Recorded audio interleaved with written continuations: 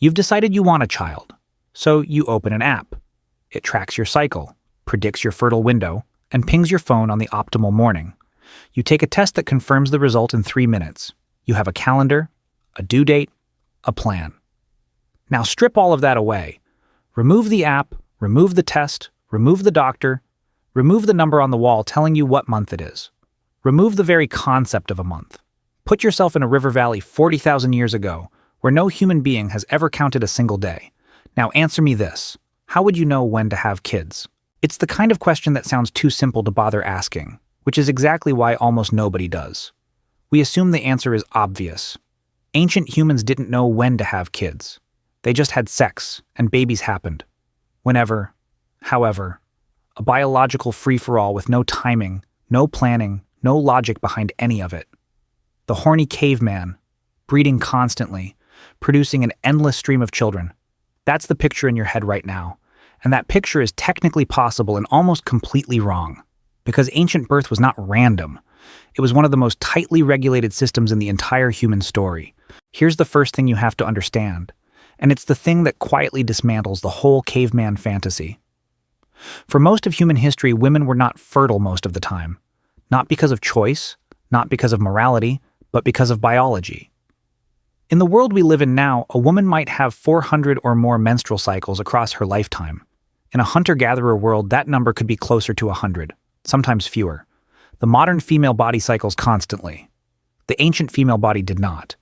It switched fertility on and off in response to the world around it. And the switches were not mysterious. They were food, movement, and milk. Start with food, because food is where the whole system begins. Your body treats pregnancy as the single most expensive project it will ever undertake. Building a human from scratch costs an enormous amount of energy, and then feeding that human afterward costs even more. So your body, long before you were ever consciously involved, evolved a rule. Do not start this project unless there is enough fuel to finish it. That rule is enforced by fat, specifically by a hormone called leptin, which your fat cells release into your blood as a kind of running report on how much stored energy you actually have. When fat is plentiful, leptin is high, and the reproductive system gets the signal that conditions are safe. When fat drops too low, leptin drops with it, and the whole message flips. Your body concludes that resources are thin, that hunger may be coming, and that this is the worst possible moment to start building a baby. So it quietly shuts the system down. Cycles turn irregular. Ovulation halts. Fertility switches off. We still see it today, in elite athletes and in people with eating disorders, whose bodies stop cycling once fat falls below a critical line. It is not a malfunction.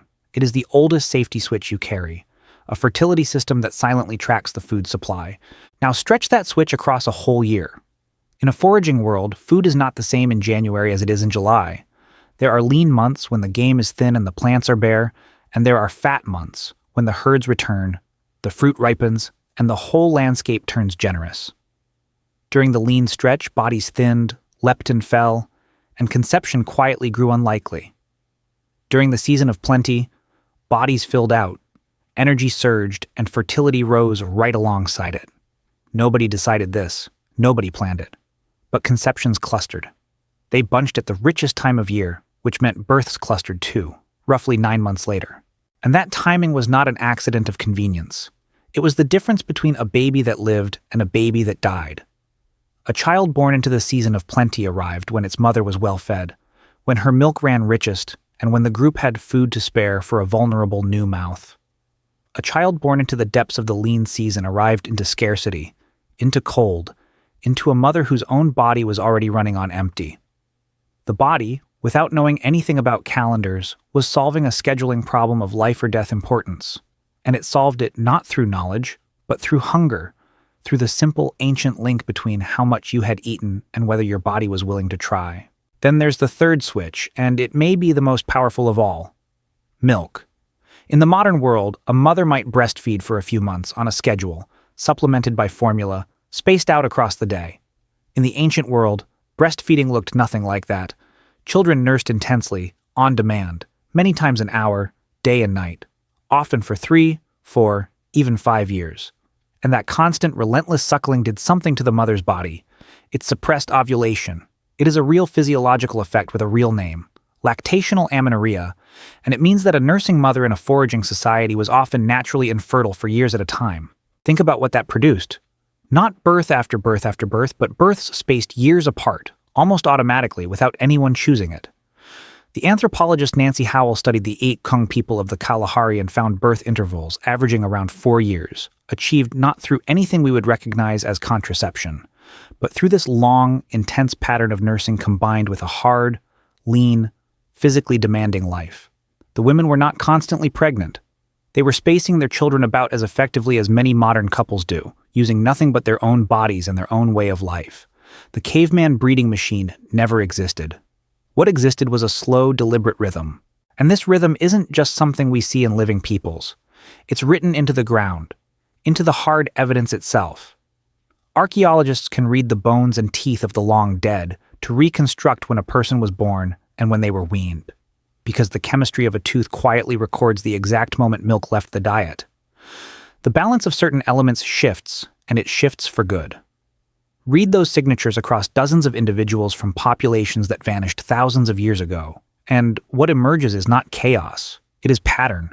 Long gaps, extended nursing, births arriving in a measured, spaced-out sequence, never a flood. But there's a sharper clue still, hiding in the timing of the births themselves. Across a wide range of historical and traditional societies, researchers found that babies were not spread evenly across the year. They clustered. In many farming cultures, conceptions climbed after the harvest, when the granaries were full and bodies were finally well fed, producing a wave of births at a predictable moment. In herding peoples, the peak tracked the animals, the milk, the meat. Different continents, different diets, the same fingerprint appearing again and again. A season when babies arrive, and a season when they don't. We simply stopped noticing our own. Now here's where it gets genuinely interesting, because you might be thinking that all of this is purely mechanical. That ancient humans were simply passengers, their bodies quietly making decisions while their minds understood nothing. But that isn't true either. Ancient humans watched. They watched the herds move. They watched the plants flower. They watched the days lengthen and shorten, and they wove all of it into ritual. Across countless cultures, the great festivals, the great gatherings, the great feasts of celebration fell at exactly the moments of seasonal abundance. And feasts brought people together. They brought couples together. The calendar of celebration and the calendar of conception were, over and over again, the very same calendar. This is the part the caveman cartoon completely misses. Ancient humans did not need to understand ovulation to time reproduction well.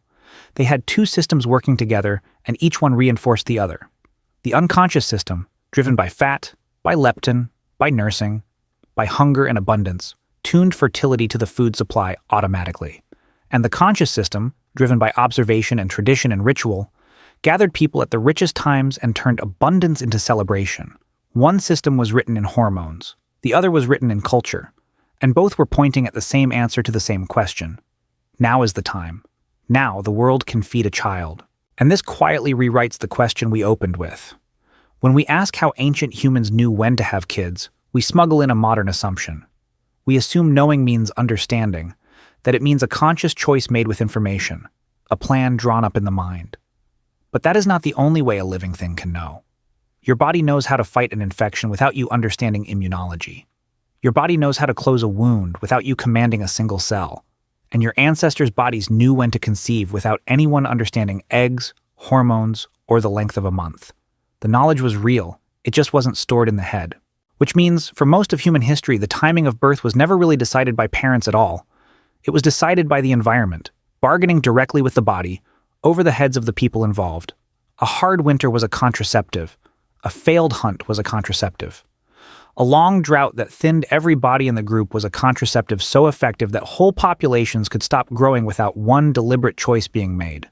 And a rich autumn, a fat season, a run of good years was the reverse.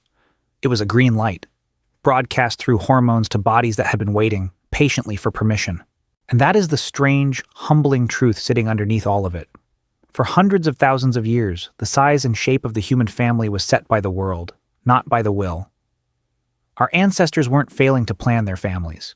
Their families were being planned for them by the oldest and most reliable planner there has ever been, the simple arithmetic between what the land could give and what a body needed to take. They didn't have to know when to have children. The world told their bodies, and their bodies listened in a language older than any word for month, older than any word for time, older than counting itself. We are the first humans in the whole span of the story to have taken that decision back. We've broken the link. We eat enough, all year, every year. So the fat never drops and the fertility never pauses. We nurse briefly or not at all. So the old suppression never kicks in. We've silenced the seasons and the hormones and the hunger, and we've replaced all of it with the app, the test, the calendar, and the choice. That is an astonishing thing to have done. But it's worth remembering what we set aside to do it. A system that ran flawlessly without a single person ever having to know how it worked. So the next time a due date blinks up on a screen, remember this. For almost everyone who ever lived, there was no screen, no date, no decision at all. There was only a body, a landscape, and a season, quietly agreeing that now, at last, was the time. And if you want to keep tracing these threads, the ones tying your daily life to the deep, strange history written into your own biology, that's exactly what our full course was built for.